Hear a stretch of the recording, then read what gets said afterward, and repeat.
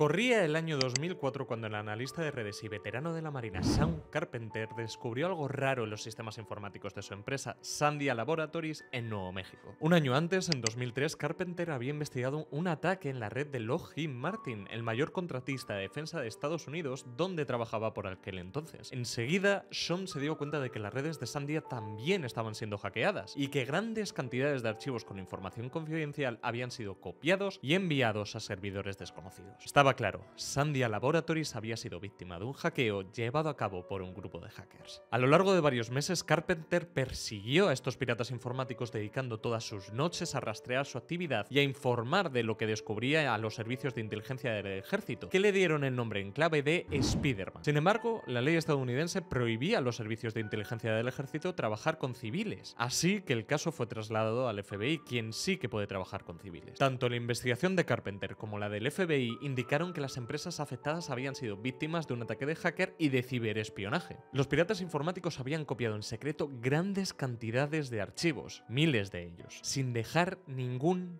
tipo de rastro. Unos años más tarde se anunció públicamente que este ataque había existido y el gobierno de Estados Unidos dijo que el responsable era el Ejército Popular de Liberación de China. Aquí empieza la historia del robo más silencioso de datos de la historia. Aquí empieza Titan Rain.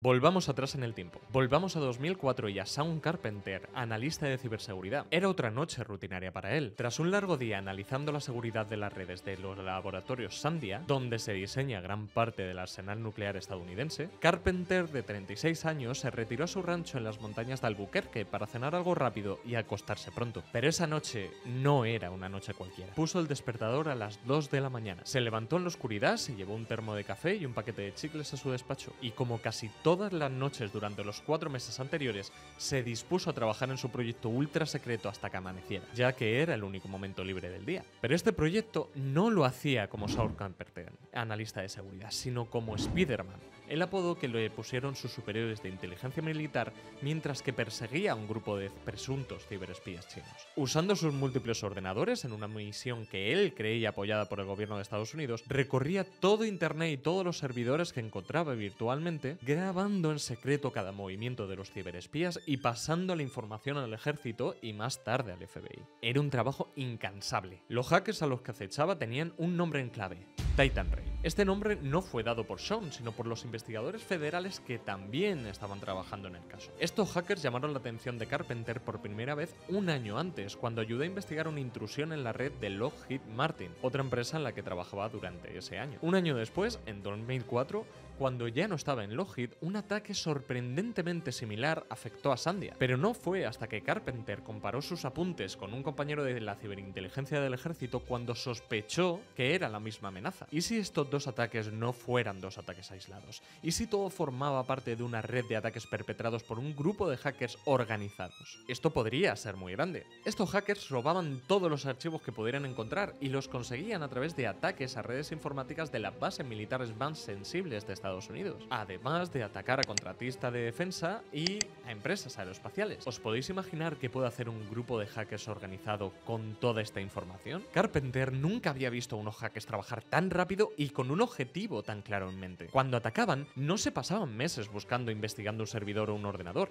sino que rápidamente se hacían dueños del disco duro del ordenador objetivo, comprimían en un zip tantos archivos como podían y los transmitían inmediatamente a puntos de paso en Corea del Sur, Hong Kong o Taiwán antes de enviarlos de vuelta a China. Sean Carpenter estaba muy frustrado. Siempre escapaban en silencio, borrando sus huellas digitales, como si nunca hubiesen estado ahí y como si nunca hubiesen atacado. Lo único que dejaban tras de sí era una baliza casi indetectable en cada máquina u ordenador en el que entraban, lo que les permitía volver a entrar en la máquina con total facilidad. Había una cosa que estaba clara: eran expertos. Un ataque normal en el que hackean una máquina puede llegar a durar horas, pero este grupo de hackers llamado Titan Rain llevaba a cabo un ataque completo en 30 minutos. Según palabras de Carpenter, la mayoría de los hackers, si llegan a entrar en una red gubernamental, se emocionan y cometen errores. Es parte de la emoción de un novato o alguien que no pensaba que conseguiría algo. Estos tipos son diferentes. Nunca se equivocan de tecla ni hacen nada que no debieran hacer. Llevado por la curiosidad y la sensación de que podía ayudar a su país, a Estados Unidos, a defenderse de un nuevo tipo de enemigo, Carpenter perseguía todas las noches a los atacantes por internet. Saltaba con el mismo sigilo de que ellos de ordenador en ordenador por todo el mundo, persiguiendo a los espías mientras ellos seguían secuestrando redes y redes de los Estados Unidos. Algunas de las víctimas eran el Departamento de Estado y su Departamento de Seguridad Nacional, el Departamento de Defensa de Estados Unidos o incluso la NASA. Finalmente, y después de mucho esfuerzo, siguió el rastro hasta lo que le parecía que era el final, en la provincia meridional china de Guangdong. Sean descubrió que los ataques procedían todos de solo 3 routers chinos que actuaban como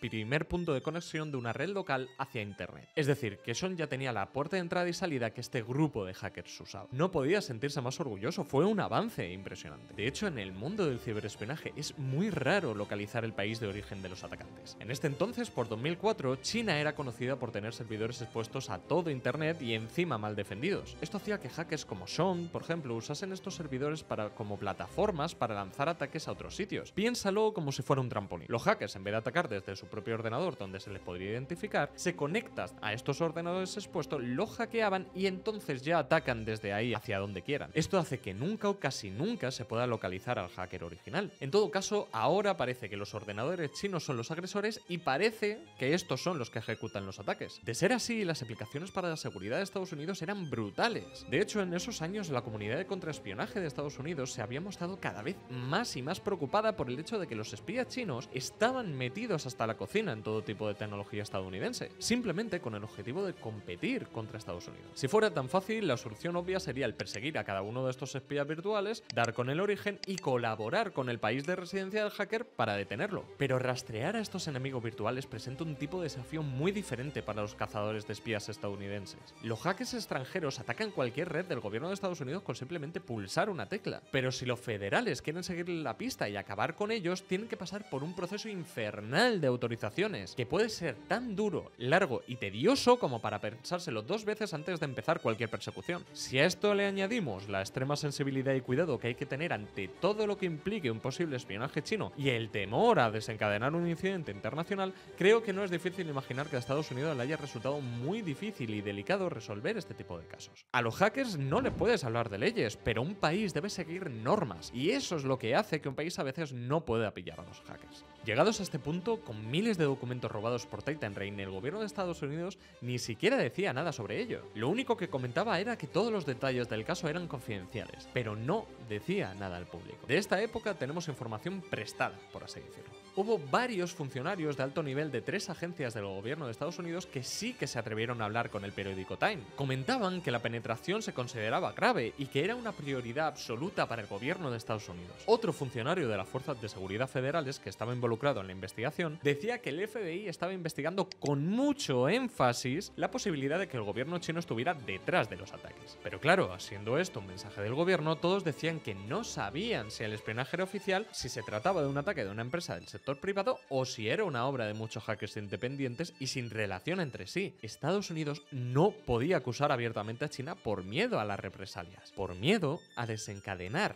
una guerra. Lo que sí que sabemos es que por aquel entonces una fuente oficial de la policía de allí afirmaba que China no había cooperado con las investigaciones estadounidenses sobre Titan Rain. La Oficina de Información del Consejo del Estado de China, en nombre del gobierno, declaró al periódico Time que las acusaciones sobre ciberespionaje y sobre Titan Rain eran totalmente infundadas, irresponsables e indignas de refutación. Vamos, que China no iba a colaborar en nada. A pesar del silencio por parte del gobierno de Estados Unidos, varios analistas de seguridad que trabajaban para el gobierno y que se dedicaban a proteger las redes de algunas bases militares afirmaban que se creía que ya por aquel entonces Titan Rain era una de las amenazas de ciberespionajes más importantes a las que se habían enfrentado nunca. Por ejemplo, el periódico Time pudo obtener documentos que demostraban que desde 2003 los hackers, queriendo acceder a los conocimientos técnicos estadounidenses más secretos, habían atacado las redes que interconectaban la base militar de Redstone Arsenal hasta la NASA. Incluso en uno de los ataques los hackers robaron un programa que realizaba las tareas de planificación de los vuelos del ejército. Es decir, que en ese momento el gobierno de China sabía todo lo que el ejército de Estados Unidos hacía. Muchos de los ficheros que Titan Reign había robado eran muy sensibles y estaban sujetos a estrictas leyes de control de exportaciones. Esto significa que estos documentos son lo suficientemente importantes desde el punto de vista estratégico como para requerir una licencia del gobierno estadounidense para su uso en el extranjero. Es decir, que sí o sí necesitan ser controlados. Más allá de la preocupación por la gran cantidad de datos robados, una alerta del Departamento de Defensa de Estados Unidos poco después de detectar los ataques planteaba la preocupación del gobierno de que Titan Reign pudiera ser solo una avanzadilla para ataques más graves que podrían apagar o incluso tomar el control de varias redes militares estadounidenses. Es decir, que tenían miedo de que esto solo fuera el principio. A medida que el ciberespionaje seguía ocurriendo y más ataques se producían, los analistas de seguridad del gobierno comentaban que el FBI no contaba por aquel entonces con suficientes expertos informáticos como para poder hacer algo contra los ciberespías. Además de que para poder hacerlo necesitarían pasar por los procesos infernales que hemos dicho antes. Y ahí es donde entran en juego los hackers independientes como Sean Carpenter. Después de hacer sus primeros descubrimientos sobre Titan Reign en marzo de 2004, poco a poco empezó a llevar la información que iba consiguiendo a contactos no oficiales que tenía dentro del Departamento de Inteligencia del Ejército. Sin embargo, como hemos dicho antes, las leyes del Ejército de Estados Unidos prohíben a los militares trabajar con civiles, así que en octubre de 2004 el Ejército contrató a Carpenter y así comenzó su operación nocturna colaborando con el FBI. Sean fue informante confidencial del FBI durante los 5 meses siguientes. Los informes de su cibervigilancia acabaron llegando a los niveles más altos de la división de contrainteligencia del FBI e incluso su trabajo se integró dentro de un grupo de investigadores del FBI que ya estaban trabajando en el caso de Titan Reign. Con todo esto, y como con casi todas las historias reales de hackers, no todo es bonito ni acaba bien. Recordemos que durante todo este tiempo Sean tenía un trabajo diario en un laboratorio llamado Sandia, pues su conexión con el FBI no ayudó cuando sus jefes en Sandia descubrieron lo que estaba haciendo. Le despidieron y le retiraron cualquier privilegio que pudiera tener. Se aprovecharon para despedirle de que según la legislación estadounidense es ilegal que los estadounidenses pirateen ordenadores extranjeros. Y eso es precisamente a lo que Sean se dedicaba por las noches, a hackear y a perseguir a los ciberespías y hackers. Carpenter se sentía frustrado y atacado personalmente, incluso llegó a presentar una demanda en Nuevo México por difamación y por despido improcedente, pero nunca llegó a nada. El FBI sí que reconoció trabajar con él, incluso hay pruebas que fueron encontradas por el periódico Time que demuestran que los agentes del FBI le aseguraron en repetidas ocasiones que les estaba proporcionando información importante. El problema de esto es que lo que no estaba tan claro es si Sean actuaba con el consentimiento y la orden del gobierno o si actuaba como hacker sin escrúpulos y luego les decía lo que había descubierto al FBI. Debido al despido y a que solo se hablaba de él en unos pasillos del gobierno, una parte del FBI comenzó a investigar a Sean como si fuera un delincuente. El FBI no comentaba específicamente que creía que Carpenter estaba haciendo mal.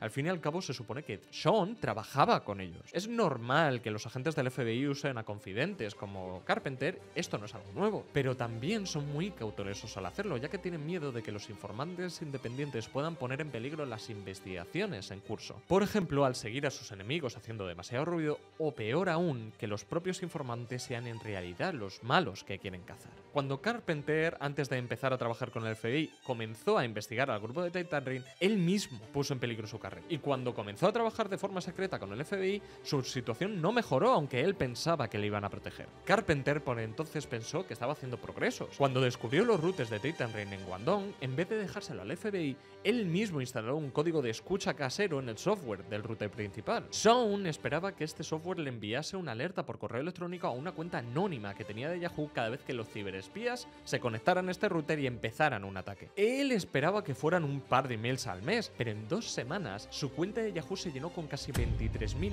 mensajes, uno por cada conexión que el router de Titan Reign realizaba en los ataques. Carpenter lo vio claro, calculó que había entre 6 y 10 ordenadores detrás de cada uno de los 3 routers, es decir, unos 30 hackers trabajando las 24 horas del día en Titan Reign. Impresionante. También descubrió que la banda de ciberespías escondía sus archivos robados en servidores ocultos de Corea del Sur, por ejemplo, antes de enviarlos de vuelta a Guangdong. En uno de ellos, Carpenter encontró un arsenal de documentos aeroespaciales con cientos y cientos de esquemas detallados sobre sistemas de propulsión, paneles solares e incluso los depósitos de combustible del Mars Reconnaissance Orbiter, la sonda que la NASA había lanzado hacía muy poco tiempo. Estas eran las pruebas de cuántos eran, qué información tenían ya y por qué lo hacían. Carpenter pensaba que ya lo tenía todo y que sería galardonado por el FBI y por el gobierno. Al fin y al cabo, embargo, ha sido él quien ha descubierto todo sobre Titan Ray. La noche en la que se despertó a las 2 de la mañana, Carpenter comenzó a copiar la enorme colección de archivos que habían sido robados. Con la información que tenía en ese momento, documentos e incluso acceso a los routers del grupo de hackers, no había duda de que los ataques estaban llevados por el gobierno chino. También dentro del ejército estadounidense, Titan Ray estaba haciendo saltar todas las alarmas. Pero estos ataques también se daban en otros países. Titan Ray no paraba. Entre los otros países afectados estaban Gran Bretaña, Canadá, Australia o incluso Nueva Zelanda. Y el mayor problema de todos estos países era siempre el mismo. Por los procesos de gobiernos de todo el mundo, para poder investigar a China tenían que pasar por todo tipo de autorizaciones y esperar meses para colaborar internacionalmente. Sabiendo esto, Carpenter pensó que podía ser útil al FBI. Pero precisamente por todo el poder que tenía en ese momento Carpenter, por miedo a que pudiera hacer algo que comprometiera al gobierno, al cabo de un par de semanas, los mismos agentes del FBI que al principio la alababan y le decían que era genial lo que estaba haciendo, le pidieron que dejara de hacer de detective si no se quería enfrentar al gobierno de Estados Unidos. En marzo de 2005, una vez que el FBI tenía todos los detalles técnicos, Carpenter se sintió traicionado cuando sus superiores del FBI dejaron directamente de comunicarse con él. De pronto, toda la comunicación que había y todos los cumplidos se desvanecieron. Carpenter estaba perdido. Poco después se supo que el FBI en realidad estaba investigando a Carpenter mientras trabajaba con él. La intrusión en ordenadores extranjeros es ilegal, independientemente de la intención que tuviera. Así que Carpenter había cometido una ilegalidad y podría ser llevado a la cárcel. En todo caso, en la historia de Carpenter hay una zona gris y es todo lo que aplica a la ciberseguridad. Carpenter aparentemente sintió que el hackear los routers de Titan Ray había sido una orden de los militares y del FBI. Y debido a esto, el FBI y el gobierno se negaron a presentar cargos contra él, pero aún así Carpenter se sentía traicionado. Se sentía totalmente apartado. De hecho, según sus propias palabras, es ridículo, estaba siguiendo la pista de gente mala. Pero el gobierno tiene tanto miedo de correr riesgos que han perdido tiempo investigándome a mí en lugar de ir a por Titan Ray. Y lo que es peor, parece que cuando el FBI le pidió que no siguiera con su investigación, ni siquiera le pidieron las contraseñas y las otras herramientas que podrían haber hecho que el FBI siguiera el rastro de los routers en Guangdong y capturara a Titan Ray. A Carpenter no solo se le prohibía seguir la pista a Titan Ray, sino que además no podía compartir con absolutamente nadie lo que había aprendido. Ya han pasado años y Carpenter dice que ha cumplido la petición del FBI de dejar de seguir a Titan Ray. Pero una cosa es no perseguirlos y otra cosa es quitarse a Titan Ray de la cabeza. Carpenter ahora trabaja como analista de seguridad de redes para otra empresa del gobierno de los Estados Unidos, pero dice que no puede dormir bien ya que sabe que el grupo de Titan Ray está ahí fuera, hackeando ahora más que nunca. Esta es una historia de cómo un hacker, llevado por la curiosidad y por querer ayudar a su país, al final fue despedido por su empresa y repudiado por su gobierno. Espero que os haya gustado y nos vemos en el siguiente vídeo. Adiós.